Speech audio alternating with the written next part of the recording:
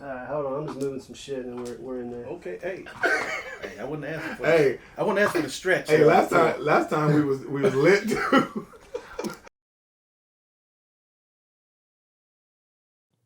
Welcome to the Follow D Money podcast. We're in season 4, and today I'm bringing back one of the hard-hitting guests of the past, Mr. Ronnie Jefferson. Man, a pleasure to be back. I'm glad to have you. Man, it seemed like it was yesterday. Yes. The last time you were here, you told us your story, told us where you came from, told us how you got to where you were, and it seemed like it was an unfinished kind of conversation. We can continue. We can talk a little bit about how you got to where you are today now, like where you are now. But I brought you here especially to talk about your kind of prowess you have in investing, and the importance of it in communities like ours. Yeah, because I would say that the Black community, we're not financially literate most of the time. yeah. And it's in other communities it starts young. Yeah. And in our community it does not start young. And do you have an answer to why that could be? Yeah, I actually got a couple answers because it's kind of near and dear. I think a lot of it is how you raise and what you see, and as far as your family and how their methods of, if you living check to check, or if you seeing, you making, lemonade out of lemons and limes and whatever else you can throw in, you don't get a chance to talk about the literacy around ownership, property, Right. or investing. Right. And so what happens over the years, you continue that. Even though you're making money, you're afraid of the unknown. Right. I was a product of that. Yep. I think about it now. It's like I remember renting for probably upwards of maybe 22 years Yeah. before I actually purchased. And I was renting when I had it, and I think you guys, when I spoke about it last time, I was renting almost 3 homes. Wow. And I was thinking I was doing something. I was just throwing away money Right. for myself, but building somebody else's wealth, Yep. network, Yep. and those things like that, because I didn't know any better. So my thing is, if I bought something, in my mind, it's like, if I move, it's going to have a hard time me selling it. And all the things in your mind you build up because of what you heard over the years. So you were thinking renting was just more convenient. Yeah, I thought it was more convenient. Right. I thought that, I'm not locked in. I hear about these 15 to 30-year loans. You're like, what? That's a long time. That's a long time. I have to live there for 30 years. Right. Because that's what you think. Right. You're not even thinking about generational wealth or passing it along to someone. Because you wasn't brought up like that. Right. And so for me, I think to answer your question was, a lot of it is people are afraid of the unknown, and they hadn't been exposed to it, and they are less interested to find out until it's right in your face. Now there's today, because back then there wasn't any internet. Right. Today, there's no excuse. Right. It's just really, now it's more about trusting. Somebody's going to get me. That's a fear too. Somebody's going to stick it. I don't know a lot about it, so I'm not going to do it because somebody's going to take it from me. Yep. You got that fear. Yep. But I had all those. You mentioned generational wealth though, and it was hard for the generation before us to generate wealth because it wasn't as ready available to them. That's right. My parents, my parents' parents weren't allowed to get loans, or when they received loans, the interest rates were super high. Yeah. Which would put them in the black when they did own property, and then they would lose their home. Yeah. And that was a problem for our generation because we didn't inherit anything. Most of us didn't inherit anything. That is 100% correct. Yeah. And I think to your point around these loans, the loans that we associate with all loans was payday loans. Yeah. Only thing you heard was your cousin Pookie or Ray Ray, they put their car up and they lost it because they missed a payment. So for me, I ain't taking no loan. All the loans are the same. Right. And again, it's just that portion of, I mean, I sit back in there and laugh at it and go, I should have known. But you, in that moment, it's what you know. Yep.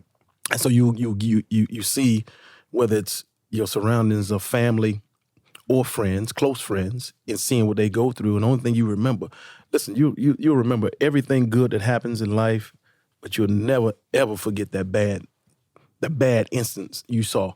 And that for them, he lost his car. Yeah. He took that loan. Yep. I ain't never doing a loan. You know what I'm saying? Right, So right. and that's what sticks with you. Right. They got him. Right. Not the fact that all the other stuff that led up to it. Yep. So What was the moment that you realized that investing would work for you? man, let me tell you, first of all, I lost out on so much when I had the money to invest because of fear. Yeah. I thought that I would lose. I remember someone calling me, talking to me about investing in this thing called the internet. You know me, I'm transparent. I'm gonna give the audience everything they want to hear. And I was just like, nobody is going to give and put your credit card. Are you crazy? Right. Nobody's gonna do that. Right. I missed out. Wow. I had an opportunity to get in on the ground level, even to invest $5,000 in this thing called Uber. Are you crazy? Nobody gonna ride in nobody else's car. Wow. You sit back and you learn and you look at things like that and you go, That 5,000 would have made you a millionaire. yeah. Yeah. I did the math. It would have been about that 5,000 would have been about $5 million. Dang. Wow. Yeah. So it's things like that Yep. go. Now, one thing I will tell you about investing, and once you get to that point and you think about, first of all, surrounding yourself with people that understand it, right? Yep. And then going and doing your homework on it. You start looking at the reward, and we'll talk about stocks and things like that because, again, some of the other things that I learned. Yep.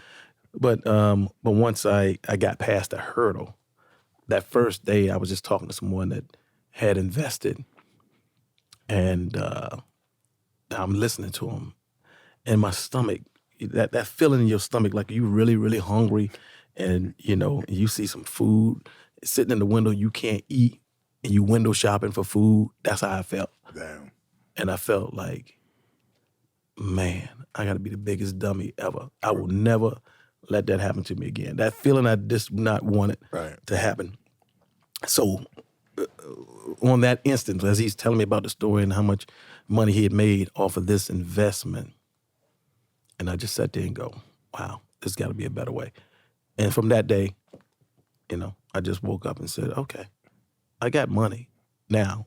After going through everything I shared in the first, now is how do you make your money make money for you? Right. And I was off to the races. Yeah. Yeah. So there's risk involved as well, right? Yes, there's always risk. Anytime the word investment comes up, in your mind, you have to be thinking that this money can be lost. Right. I meet so many people that say and invest in, and then they watch it every day and thinking like, once you invest in this investment, there's a risk of it. Right. And I think you have to check the box and say, okay, invest this money, it's gone. And if it happens to turn out the way I think, then fantastic. And if it does more than that, then fantastic. I think.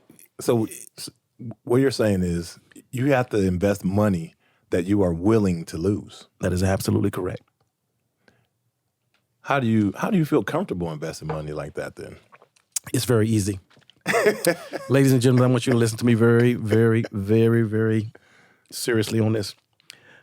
When I look at the money that I was spending on designer, I look at the money that I was spending on popping bottles in the club, or anything else that I look back on maybe a year later and the shit sitting in the closet. And I said, was that a good investment? Yeah. Was this stuff that I blew, or could I have took? And a lot of times people hear investment, they think you got to invest millions of dollars to make a lot. Right, No, right. that's not the case. Right. It could literally be $1,000 or $500. And once you get to that point, you go, okay, if I can spend this there, I can invest.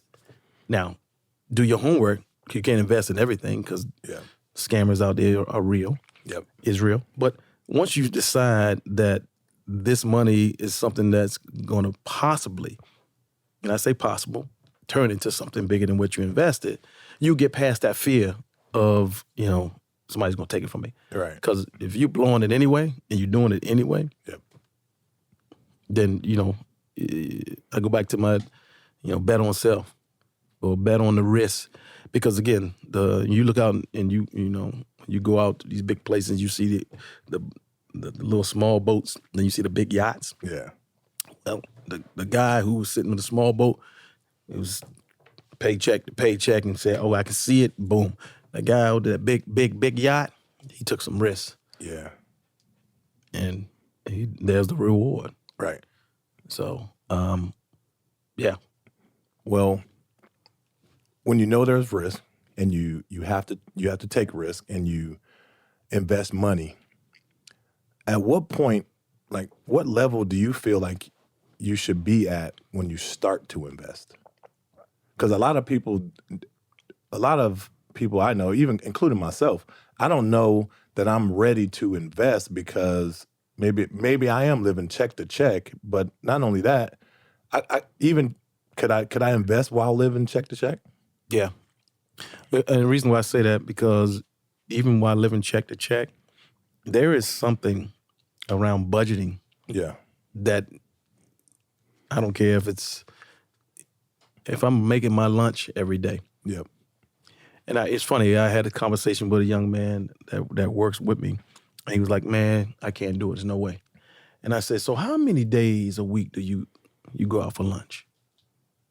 He's like, "Every day." Mm-hmm. Okay. How much do you spend every day? You just on average, you think? Probably about $12. $12. You think gas to go to get it? Yeah. I said, let's just do the add back basic on that. So you say you're spending $12 a day, 5 days a week, times 30. You ain't got no money? You don't have the money? Think about it.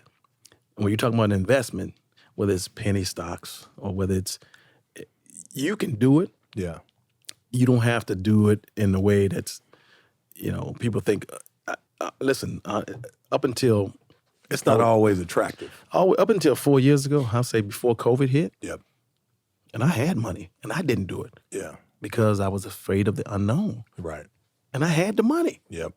But I think once you get to that point, you go, okay. When you start, you'll make excuses on why you can't do it. Yep. It could be the smallest piece of it, right? When I invested in Tesla, it was a wake up call. Yeah. It was a wake up. It was a blessing. It was a gift and a curse. Yeah. When the stock market, when COVID hit, and I had a friend of mine who was always talking about stock. I just never paid attention to it. Yeah. I just sat there smiling like, yeah. Never invested shit. Right, literally. I'm like, yeah. But then he's like, okay.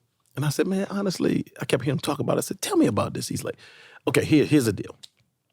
Everything's on sale right now. It's kind of like it is right now. Right. Everything's on sale. He explained to me, he showed me, and I saw all these numbers. I'm looking, I'm like, man, I was intimidated. Right. Again, intimidated. I look at the numbers and I understand it. And he was like, okay.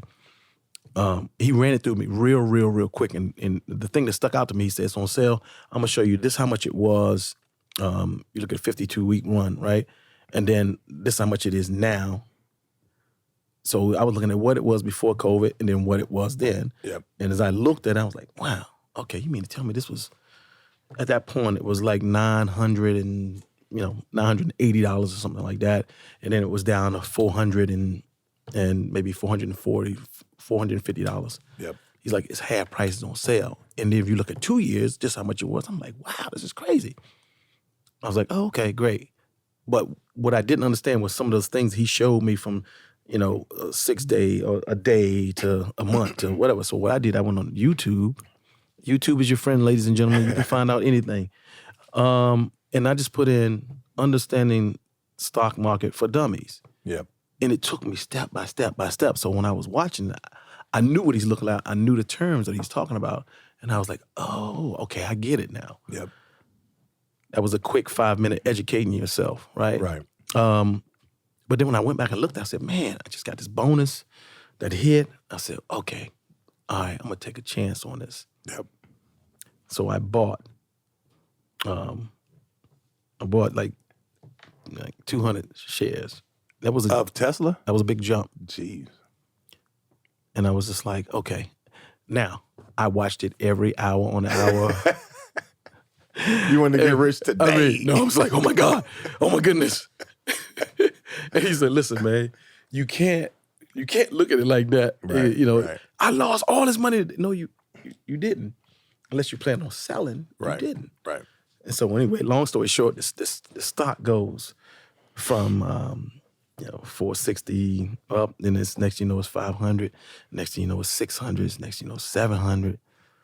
And I'm like, oh man, this is, and I'm looking at the shares, I'm like, oh, this is it. And it keeps going and next thing you know, it's at $1,100 a share. Then it goes to $1,300. At this point, I'm like, oh. Next you know, it started to drop. The market started to drop. Yep. It drops down to $1,100. At that point, I'm like, I'm out. I'm selling. Now, I learned a very valuable lesson. And I want y'all to follow me on this. So when it sold, $1,100, I'm like, times 200. I'm like, yes, I'm winning. Right. Cashed out. 2 days later, stock goes to 1,700. Stomach nodding. But you won though. Hold on. This is where doing your homework and you don't follow. You do half of the course, you do it, and you don't follow the rest of it. Well, 3 weeks later, it goes to 2,700. Nah. And splits 5 times. Nah. And that, my friend, taught me the valuable lesson of, they say you got to know when to hold them, know when to. I mean, and don't get me wrong, in my viewpoint, everybody else's viewpoint, you won. Right. But I was sick. Right. Because I thought about what it could have been at 2,700 a share and split 5 times. Yeah. I laughed. I mean, I wouldn't bought a car and put Tesla stock on it, everything, right? Ooh. Wow. But you know what, though? It taught me a valuable lesson because I learned so much about, following through, learning stock market, but then following through. Because then what I didn't know at the end, there was capital gains tax. Yeah. Because I didn't let it foster out for past a long certain amount of time. Yeah. So that was bing on that. Right? I learned on that piece of it. Yeah. It was a lot of learnings. And then what it did, it made me a true student to sit back and go, not just learn for the moment, follow it all the way through.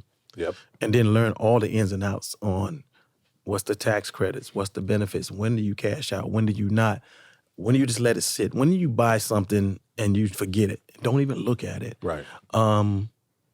What are blue chip stocks? What are the stocks that, things that you buy and you love every single day? Are they going to go out of business? Is it really a risk? Right. Or it's just, or you wake up one day and you're like, oh my goodness. So I learned quite a bit on that, which set me up for Moderna. My next big one was Moderna. Mm-hmm. And in that one, I would say it set me up to win. Because when it did split, I did jump back in. Yeah, okay. Ladies and gentlemen, I did jump back in on Tesla. So when it split those 5 times, I got right back in. I took some of that money I got. Like, okay, I was so mad. I'm like, okay, I'm going to get you. Right. Got back in on that. Then when the Moderna, I got in and, 700 shares on that. And I think at the time it was like $60. I think I remember talking to you. Yeah. And that. And the thing is, on that, I tried to bring other people along with me on it. You did. I told everyone about it. I said, hey, man, listen, because it wasn't a vaccine at that point in time. I was looking at the two, got in on that, and I told other people about it. And people got in on it with me, but then as soon as it got to 113, they were like, you know what? I'm out. I said, you know what? I'm just going to stick. This is going to be a $300 stock. And I just rode it. I got a good friend, I ain't going to call his name right now. To this day, he's just like, I should have listened to you. And so when it finally got to like 460. Damn. And you went in at what? Yeah, I got it at $59, $60. So when we finally got to 460, I said, I'm going to cash out 400 of these shares. Then I let the other 300 sit there. Then it got to 491. And I set it at 490 and I'm out. Right. And then that's when it started dropping everything else. But from that money, I just let it sit there and I didn't pull it out. Now I know. Take that money and invest in other things or let the money sit there. Because then I'm not, So, but it taught me a valuable lesson. Then once you have that one win, you get the wings behind, underneath you. Then you start looking for things that you really like and like your Apples or your Nike, things that you normally would wear. Sometimes you just start with stuff that you normally like. And from there. But it was a valuable lesson because I thought about this is something I didn't do that until I was 40. You're talking about 45 years old. Or actually 46, 47. And I'm thinking about how much stock market was been around that I could have really and made money or what it could have been for my daughter or my son or that piece of it. But it was taking a risk though. When you started investing it was a game changer for you. Oh yeah, because you were making money before. I was making money way before. But it was a game changer because of the exploring the unknown, what you don't know. It's a lot of people right now that got millions, but they are afraid of the unknown. The paranoia, or they just don't know. Or people think you got a lot of money. You don't want to show the weakness that you may be ignorant to the fact that you just don't know about investing. And so you just don't. When you look back at Ronnie from throwing parties and Ronnie from Nordstrom to today, how does your definition of success change? Like, what was success then? And the difference of it now? I think then it was really more about me. It was more about winning. It was more about the short-term wins. Now it's about the long game. So I think success is not defined by just money. It's defined by how you set up other people to win. Are you laying the groundwork for your kids?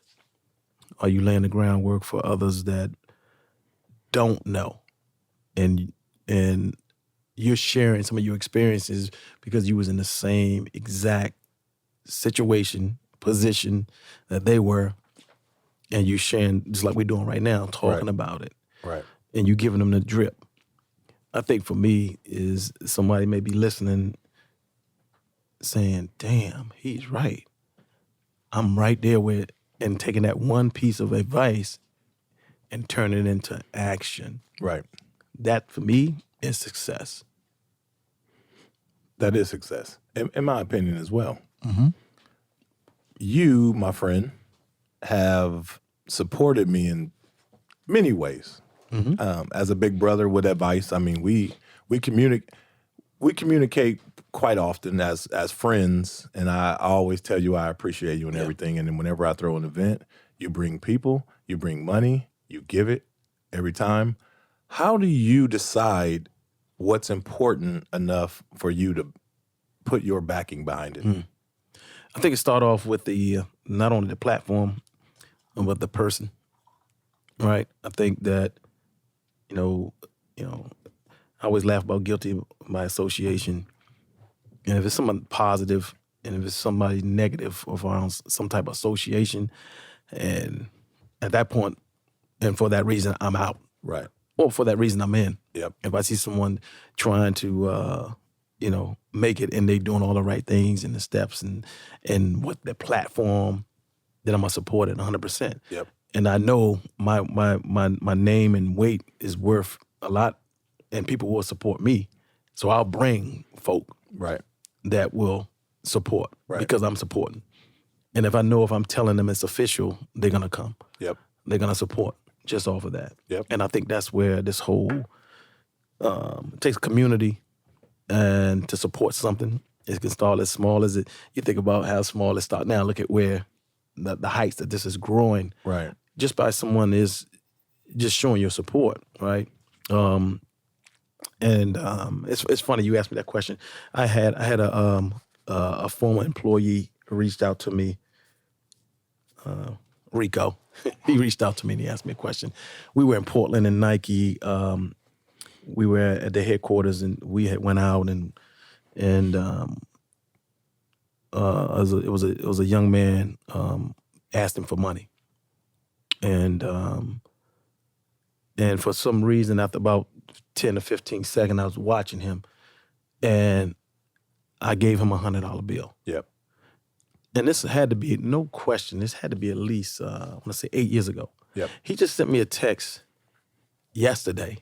He said, Ron, I got to ask you a question. This is about 8 years ago.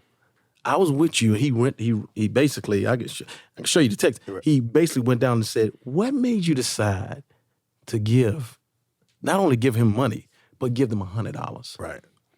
And I said, it was easy. I said, it's something about energy in the room. It's something about energy of another person. It's something about identifying when somebody may be at their absolute low. Yeah. And it's, for me, I could see that. Or when somebody just gave up and when they thought that nothing could ever change, and it could be a small token to you, but it could be a life changer for them. Yep. And so when I gave this gentleman this $100 bill, you would have thought I gave him $100,000. The gratitude when we sat there and he was just like, man, based on what that guy said, it was just so much. I always wanted to ask you, what made you pick him out of everybody else that's down there? And sometimes about energy, and then also it's, for me, giving, it always comes back 10 times for me. I mean, it just does. Right. I think that you get out of life what you give, but I think that putting yourself, some vulnerability, sometimes every time you give somebody, it may be some loss, whatever the case may be. Yeah. But I think just the thought of paying it forward or giving someone, without, selfishly giving, it comes back. Yep. And it always has been. I've been blessed all my life, man. Good. True. Yeah. Through the ups and downs, because even the downs, it could have been devil down. Right.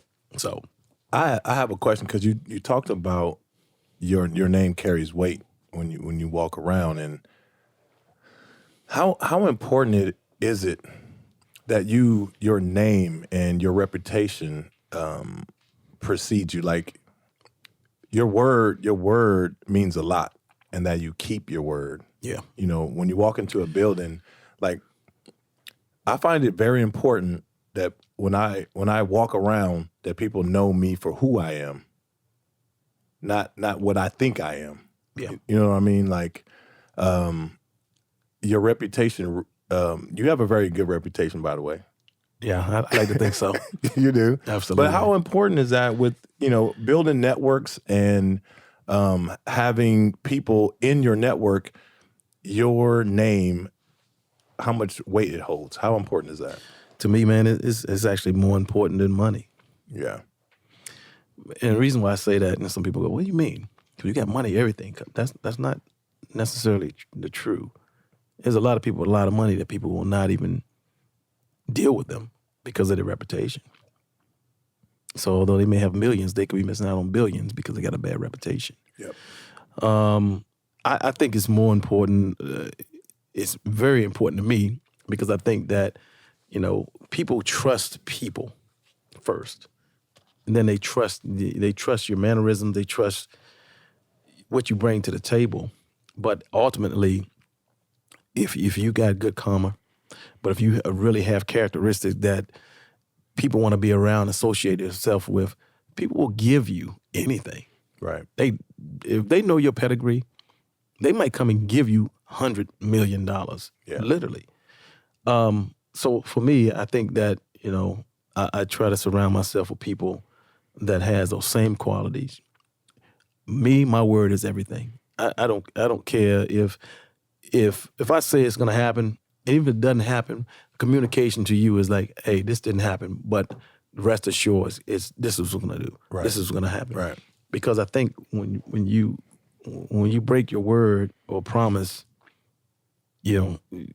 for me, I was brought up on that standard of you keep your word. Right. Your manhood is on your word and your honesty and all those different characteristics. Yep. So it's very important. I think even through business, that's why certain people get business deals thrown their way, because they got a track record of good business. Right.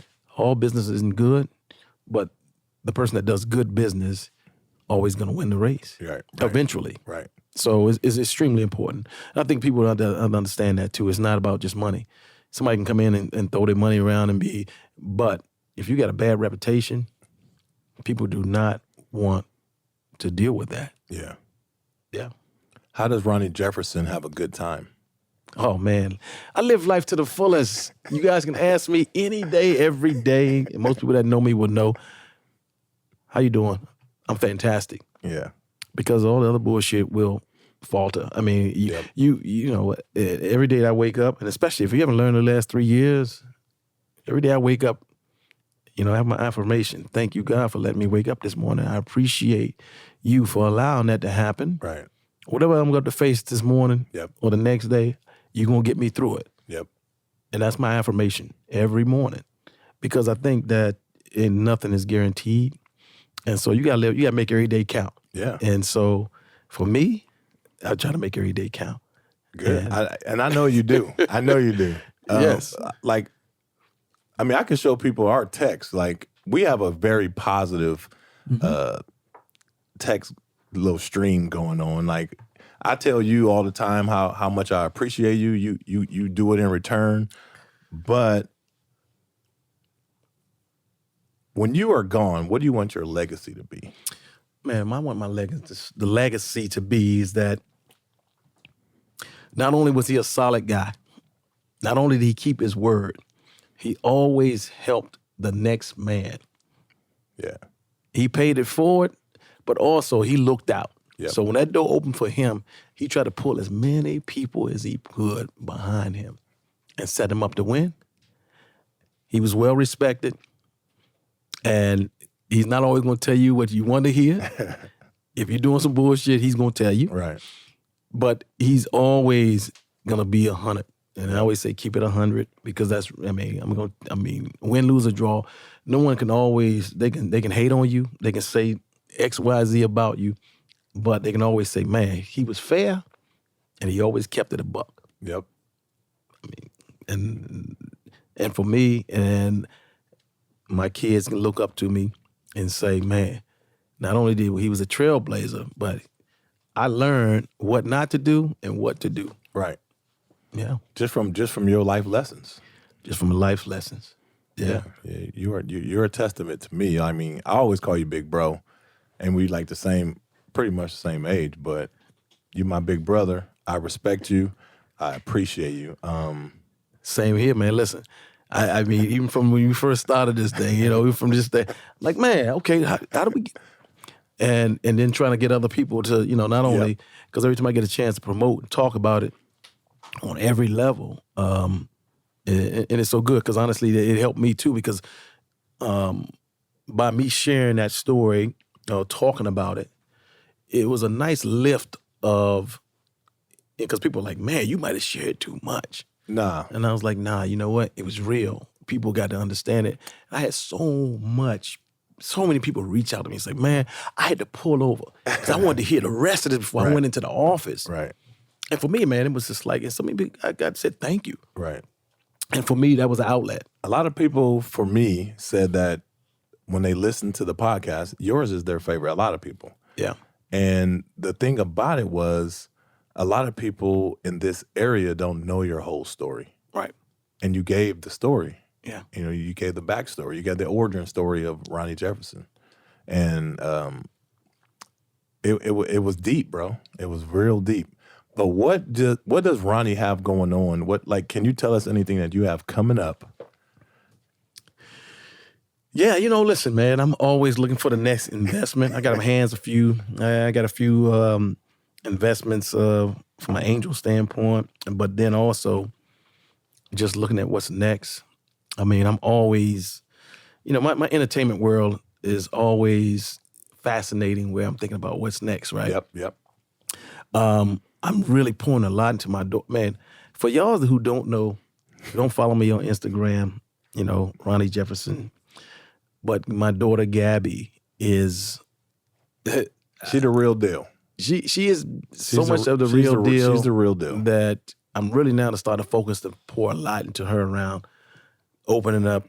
I mean, because for a 10-year-old, she does it all. She writes poetry. She writes songs. She's a singer. She's smart. I mean, beyond smart. We just got her grades from her her semester, and everything was A+. She's high ability, and she's way beyond. In her personality is bigger than mine, but she is so much of a humanitarian that likes to give back, and for her. She learns that that's learned behavior as well. And when you talk about success, those are things right there that's just like, man, the fact that her birthday is December 28th, and 3 days after Christmas, she's like, I don't want any gifts. I just want to raise money for the Gleaners Bank, and she raised the last year. 2,800 to this year, 5,000. Damn. To feed the homeless. Things like that. It's like, at 10 for me, if I had a birthday on the 28th, 3 days after Christmas, how much gifts I'm getting for both? Right. I ain't, what? Double Christmas. So we got a lot in the works with her. Yeah. I mean, from her being a pageant queen to all these different things. So we got a couple things on documentaries, as well as even like a pilot for a show. Okay. It's gonna be a lot that's about to pop off. Good. And so good. Yeah. If you wanted to leave everyone with some advice, what's the best advice you can leave my audience before you get off the episode? I'm always going to say, always invest in self, and invest in self meaning learn as much as you possibly can learn. It's a big world out here, and I think when you talk about finances, never be afraid to investigate and learn. That's going to move the ball forward for you personally and for your family. And I think there's a lot of unknown, and I think that not only helping yourself, educating yourself with the internet, use it. I mean, we got so many people got $1,000 phones that don't use 20% of it. Right. People are like, I can't do it without a computer. No, you have a computer in your hand. You can investigate anything. You can learn anything. YouTube. How do you do it? I tell my, pull it up on YouTube. You'll see exactly how to do it. Yep. But you utilize that. But then also, how do you invest not only in yourself, but then also within your community around the give forward, the give back? Yep. As we were talking about being, in a situation where we didn't learn that, don't repeat that. And I think every day you wake up, have a goal, what you want to achieve. And, sometimes it can be 3 things. Yeah. And, but you start setting your legacy now. You don't have to wait until 20 years or 30 years now. You can start setting it now. So bet on self, give back, but at the same time, how are you going to move the ball down the field? I appreciate that. That's great advice. Yeah. I try to step out there with something there every now and again.